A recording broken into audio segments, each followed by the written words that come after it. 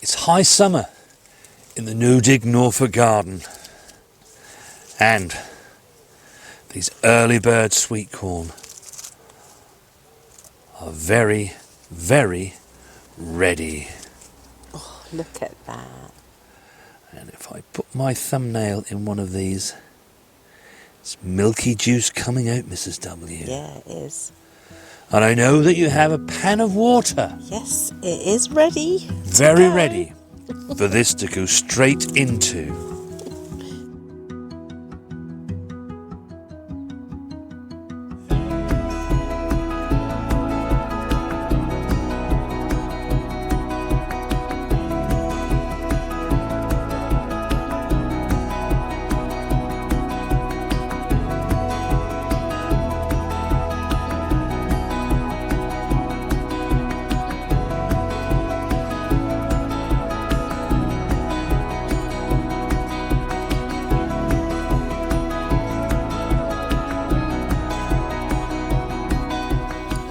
Those. They're all looking good. They are, aren't they? Yeah. But it's time to take our first red cabbage.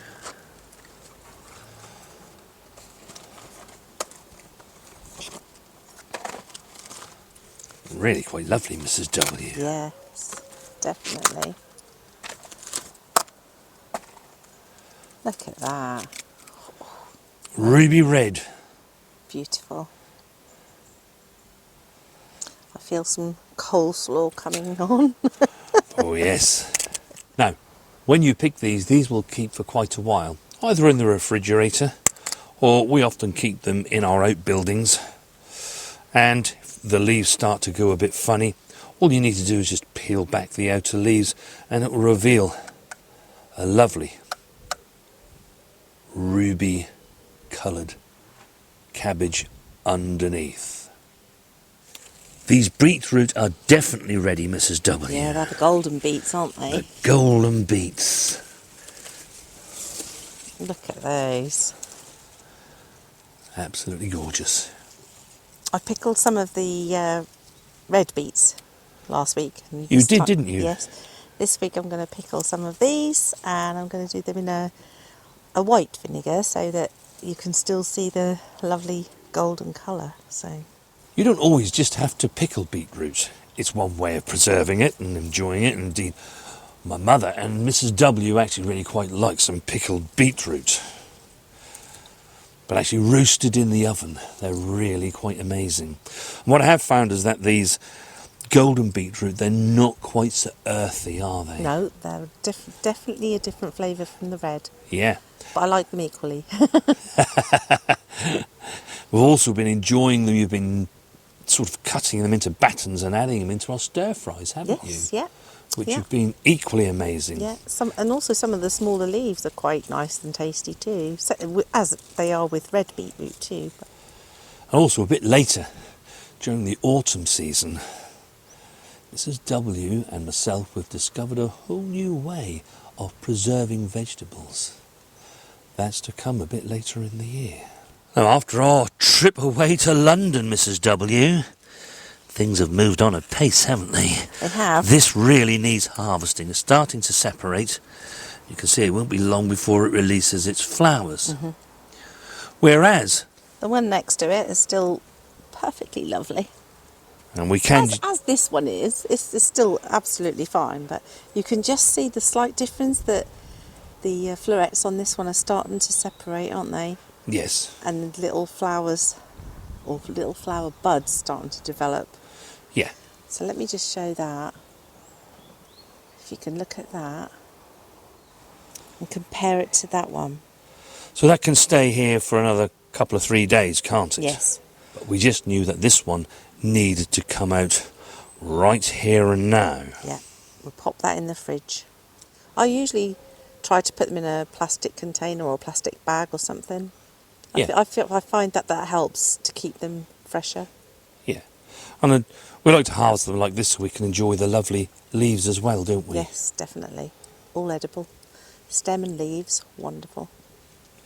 And then we're going to leave this and all the others that we'll be harvesting over the next few days and weeks. And these will actually start to send up their own little side shoots, and we'll be able to enjoy broccoli harvest, albeit smaller, but no less welcome when we get to October and November. Definitely. But next for me, it's time that I got these globoo onions up and out of the ground. In the last video you saw me harvest the Zabroon shallots, and thank you for all of your wonderful comments on that. There's a lovely thread that was going, I saw in the comments, where somebody asked about a red variety. We haven't actually tried a red variety, but you've given us one or two different varieties that we could perhaps try, and that we shall try next year. Somebody also said in the comments about, I wonder if you can multi-sow them. Well, do you know that myself and Mrs. W wondered exactly the same thing. And we shall be trying that next season, as well as growing them singularly. Now you might see that there are a few gaps here between the onions. That's not because those onions failed, that's because I've already harvested them. Why have I harvested them? Well, the idea of these globoo onions was to try and grow some large onions that we can exhibit at our local vegetable and flower show. I've deliberately taken those out there so that you don't yet know how big they got. If you want to know just how big we grew those onions and how we actually get on at our local village show, don't forget to hit that subscribe button, because there'll be a whole video so you can see just how we did get on. But as a little clue for you, you can see here, we did get some large onions. We certainly did. And the ones that are here are not the largest. Now, bearing in mind that these were all planted at the same distance, regardless whether they were single onions or they were multi-sown, let me show you one of the benefits of being multi-sown. I got those 3 onions from this space. And if I gently lever this one up,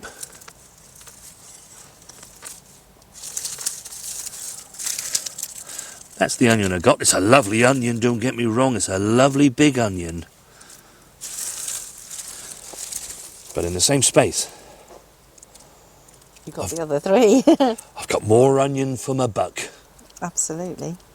So if you ever wanted a reason why multi-sowing is good for certain vegetables, and onions is definitely one of them, you've got it right there. You can see here our radishes that we interplanted between the sprout plants. And we've been having steady harvest, but some actually are, or have, bolted. Lovely flowers actually.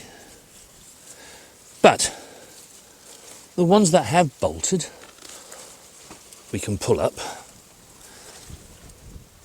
And a Mrs. W top tip is to take the foliage off. Give them a wash. Bearing in mind these are bolted, so they're probably going to be a bit woody in the middle. It's not nice to eat like in a salad or something. But what you can do is to pop them into a bag, freeze them, and when you come to make your stocks, or you want to make a trivet when you're cooking something, add these into the bottom. Because radishes are peppery, and they will add that lovely peppery taste into your stocks or your trivet tray just before you make your gravies. Now they're not all bolted, there's only the odd 1 or 2. The rest you can see, they're perfectly fine. In fact, I'm going to harvest those, Mrs. W, because I want those this evening with my tea. Lovely. Here in the Vegegar raised bed, this is where we are growing our carrots for the autumn and winter. It's also an experiment to see whether we can grow them in here and get nice long carrots, but also avoid the carrot fly without the need for covering them. They seem to be growing quite well so far. They certainly do. But if we want large carrots, then we will need to ensure that there's sufficient space between each carrot. And you can see there's a perfect example here. These two are all right. They've got their space to grow. But we have a little one here in the middle. So we need to harvest him. You can see there are 3 here. In fact, there are 4 here. And now it becomes decisions. What do we do, Mrs. W? The one on this end looks like it could have forked Yeah, already. it does. So we might as well have him out and enjoy what he or she has to offer. Indeed, it had forks. I thought it looked like it had. Yeah, but that was getting a lovely carrot. Yeah. I think these are going to be quite nice long carrots. Now, I'm reluctant to remove these 2, even though they're pretty close now, but I think that they will be really quite nice carrots. The one at the back here, he's going to need to come out.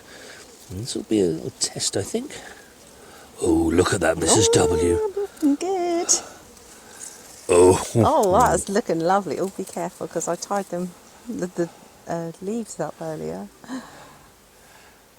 Now I'm wondering, do we actually enter the onion exhibition, or do we? The carrots, well, we could do both.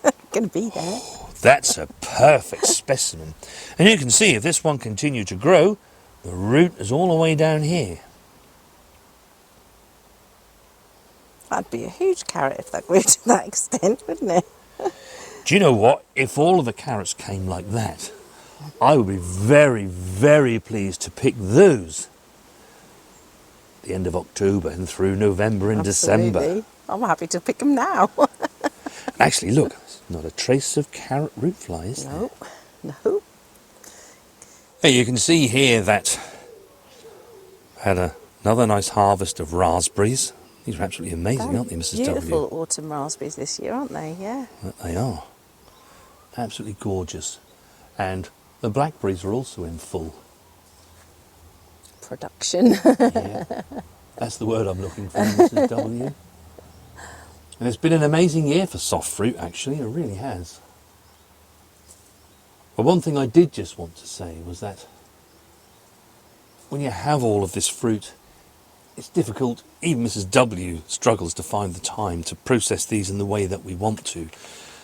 And another Mrs. W top tip is to just put them into bags and freeze them. They don't lose a lot of their taste, and in many ways, once they've defrosted, when you take them out to then process them, it makes the job a whole lot easier because they are a little bit more mushy, aren't they? They are. Yeah, they're good.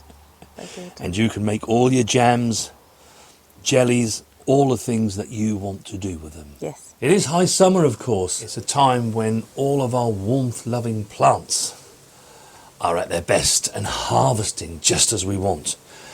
I've already been into the polytunnel. As you can see, I've got a lovely harvest of tomatoes here. These are Moneymaker. These are Sun Gold. These are the Red Cherry. These are Mrs. W's favourites. These are, you can see they produce some lovely, lovely trusses of tomatoes. The Black Cherry. The Cour de Boeuf, which I'm reliably informed by Mrs. W means beef hearts. They're an amazing shape, aren't they? They are. They really They are. are heart-shaped. I think they're lovely. Yeah. We haven't yet tasted them because this was a new variety to us, wasn't it? So this is our first harvest of them, so Yeah. interested to see how they're going to be.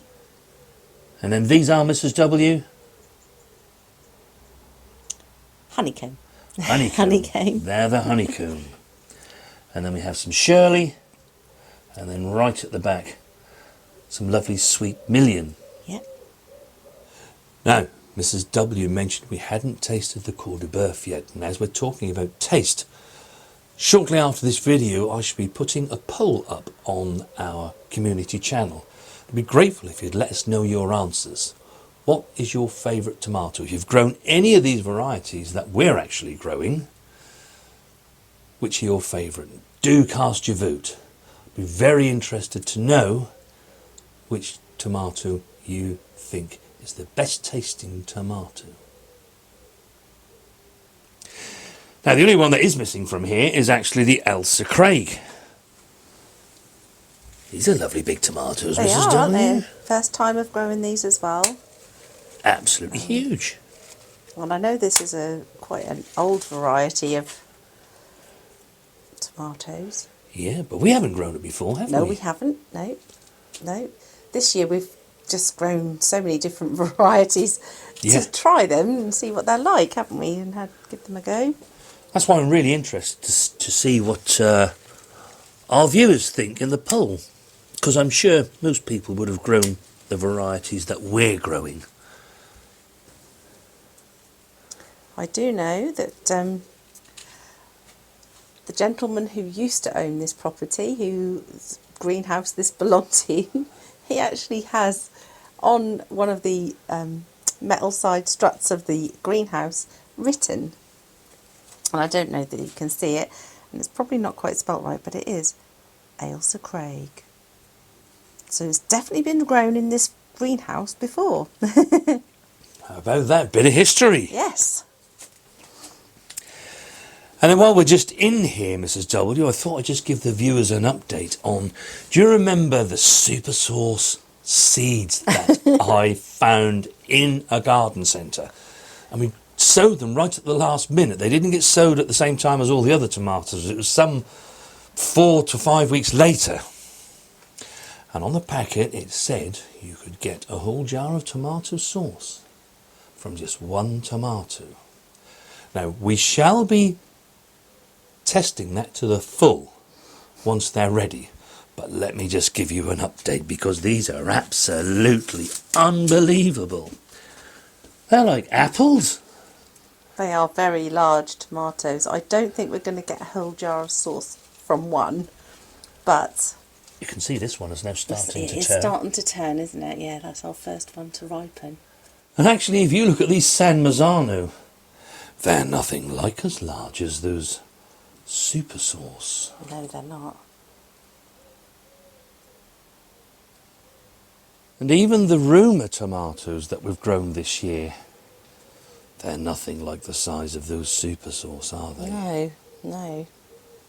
It will be very interesting, I think, to see how they all turn out. We can do with a cucumber this evening, Mrs. W. Yes, we can. So let's be having you, the lovely Passandra, just the right size for two people, Mrs. It is, W. and they're so versatile in regards to size that you don't have to, you're not wasting anything. No. And once they get going, they're quite prolific in producing cucumbers. You can see the melon plants they've got a real good shift on now. We've got young melons on these plants. But, as I said the last time we looked at the melons, you do need to keep on top of the side shoots. These can only produce so many melons. And I can already see that we've got, I don't know if you can get in here, Mrs. W, but there are two decent ones on there. That one, yeah. And I'm probably going to cut the other two off and keep the larger ones. There's more here. Yeah, there's one. I was just trying to film this one. It's a nice one there, starting to develop. So we'll cut these side shoots back in order that hopefully it will put all of its efforts into growing those that we can see there that are of a good size. It's the one thing that I always do see about melons, and whenever I've read or watched something about them, you do need to keep taking the side shoots off. But let me tell you, folks, we have a melon. There we are, that's our largest melon. And you were so convinced, Barry, that we weren't going to get any. We have at least one that is growing really nicely. Well, to be fair, Mrs. W, what I actually did say is that we might get melons, but we may not get them ripe. But I may need to revise that now. Because that's of a decent size. It is. It And is. We still have quite a few weeks to go in the growing season. Exactly. And it does still stay quite warm here in Norfolk, all the way up until the end of October. Yes, usually. So fingers crossed it will this year.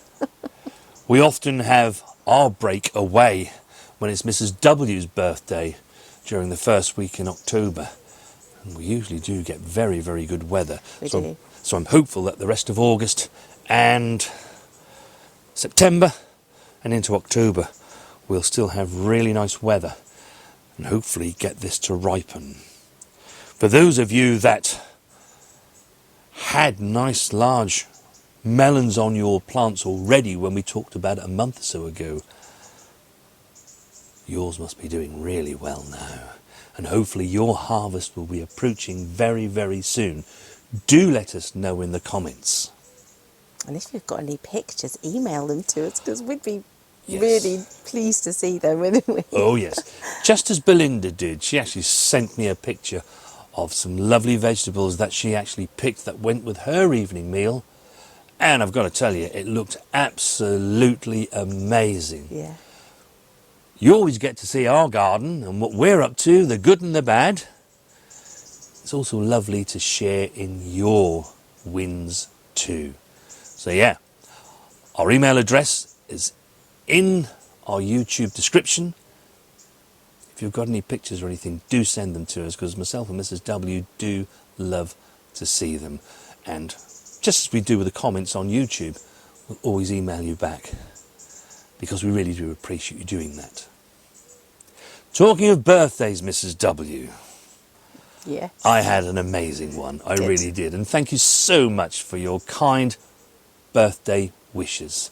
They were very much appreciated. They really were.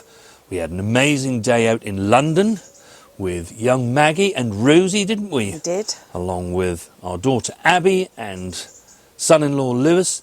Absolutely amazing. Caught the train at 8:33 in the morning. Spent the whole day in London. We got back at 9 o'clock in the evening, didn't we? Yes. A long day, but very lovely. Very, very lovely. And then the following day, on the Tuesday, we had an equally wonderful day. We took all of the grandchildren, because young Charlie joined us, plus our other daughter, Sasha. And we went to the Yarmouth Pleasure Beach, Great Yarmouth Pleasure Beach, where they have all the fun of the fair and all of the rides. They loved it, didn't they? So did I. So did you. We went on the roller coaster once again. Well, I think we've done that since we were 18 years old, haven't we? I think the last time I went was 16. I was 16, so that's many, many moons ago.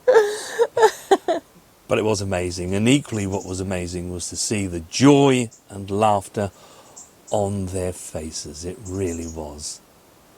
Such an amazing birthday weekend, Mrs. W. I need to thank you too, because you made it very special by Aw. organising all of these things. Thank you. Happy birthday to you. So we managed to get back.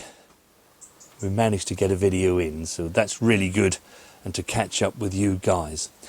Do let us know in the comments down below the state of play in your garden, whether it be undercover or out there in the plots.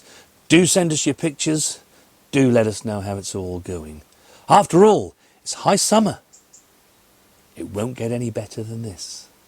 There should be so much coming out of your plots, fingers crossed, just like there are in ours. Whatever you're doing for the rest of this week, do have a great gardening week. We shall see you on the next one.